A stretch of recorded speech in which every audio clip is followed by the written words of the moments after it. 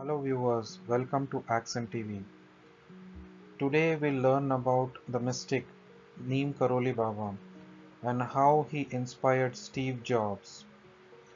Please don't forget to subscribe and smash that like button. Neem Karoli Baba or Neem Karoli Baba, known to his followers as Maharaj Ji, was a Hindu guru, mystic and devotee of the Hindu Lord Hanuman.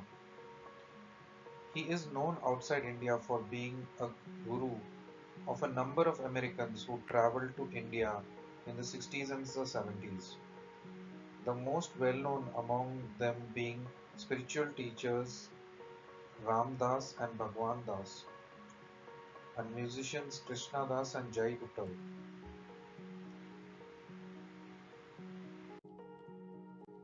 Neem Karoli Baba once boarded a train without a ticket, and the conductor decided to halt the train and force Neem Karoli Baba off the train at the village of Neem Karori. After boarding Baba off the train, the conductor found that the train would not start again. After several attempts at starting the train, someone suggested that the conductor allow the sadhu back onto the train. Neem Karori agreed to board the train on two conditions: that the railway company promise to build the station at the village of Neem Karori, and the railway company must henceforth treat sadhus better.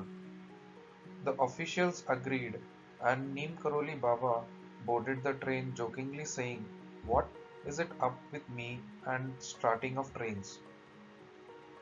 Immediately after boarding the train started, but the train drivers would not proceed until the sadhu blessed them to move forward. Baba gave his blessing and the train proceeded. Later, the train station was built at the village of Neep Karori. Baba lived in the village of Neep Karori for a while and was given the name by the locals. His disciple Baba Ramdas gives an account of how he met Neem Karoli Baba. He says, "Well, it happened like this.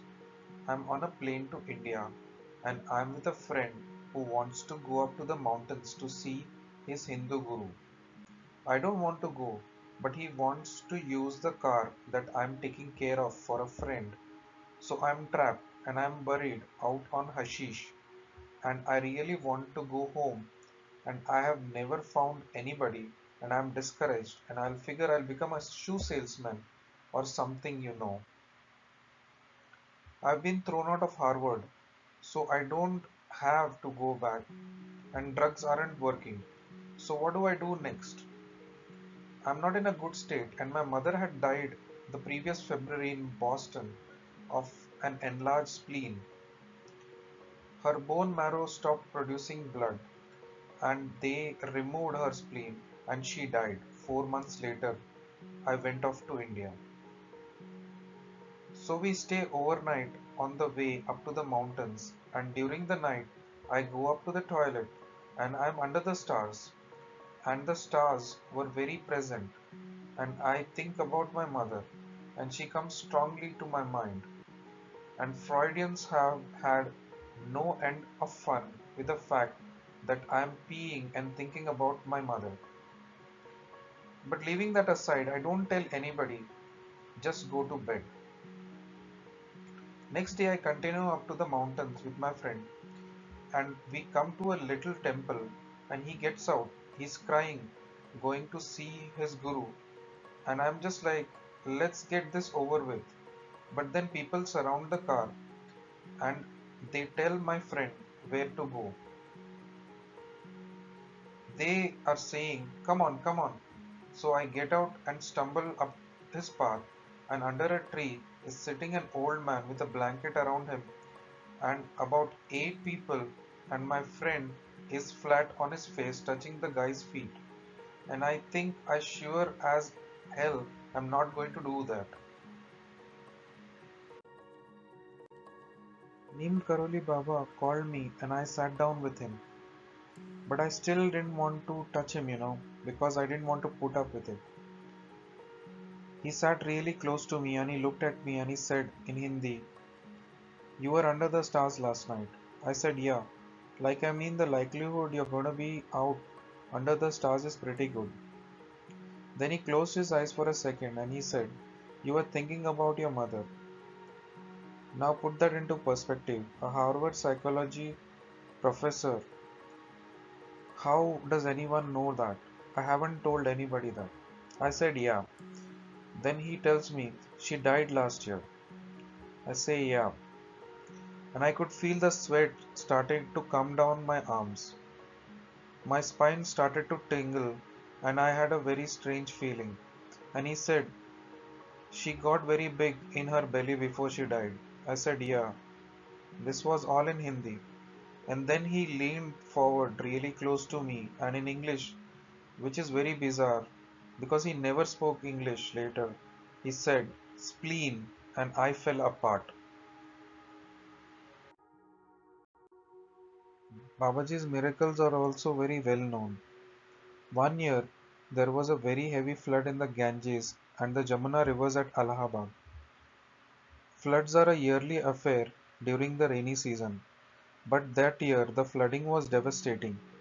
Even the fort at Allahabad was damaged. There was a Hanuman Mandir at the bank of the river, and every year the Murti goes under the water. As the water recedes, Hanumanji comes out little by little, covered with mud and debris. The pujaris take some days to clean him, but that year the flood was so severe that there was danger to the entire temple that it might be washed away. The pujaris were so worried and they were talking, and Babaji arrived in a jeep shouting, "What's the matter? What's the matter?"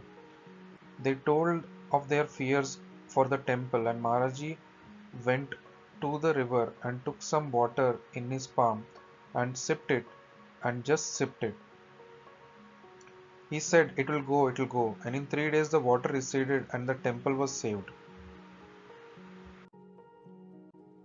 In January 1962, Babaji left Allahabad for a few weeks to visit some important centers of pilgrimage, Dwarka, Rameshwaram, Jagannath Puri, and others.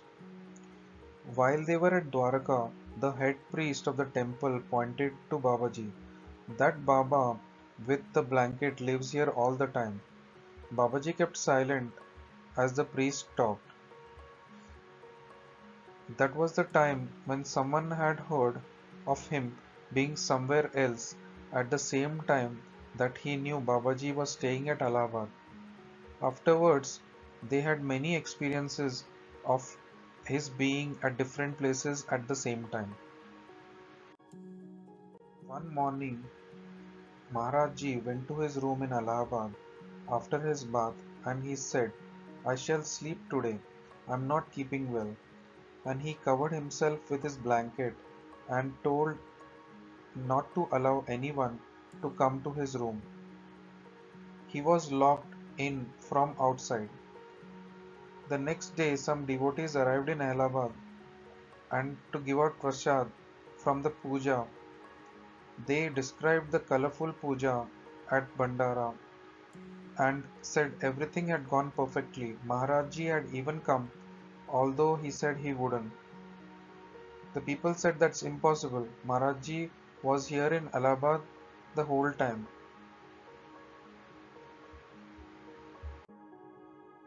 After hearing many legends of the ashram of Neem Karoli Baba, Steve Jobs wanted to meet Baba and take his blessings.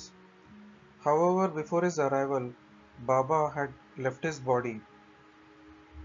They stayed at the ashram for a long time, listened to the teachings of the Baba, meditated far off before going back to US to start Apple Incorporated. How did you like the stories of Neem Karoli Baba? Thanks for listening. Please don't forget to subscribe to the channel for daily and weekly updates and click on the like button and please comment on the videos to recommend us as to what content you would like to view on our channel. Thank you.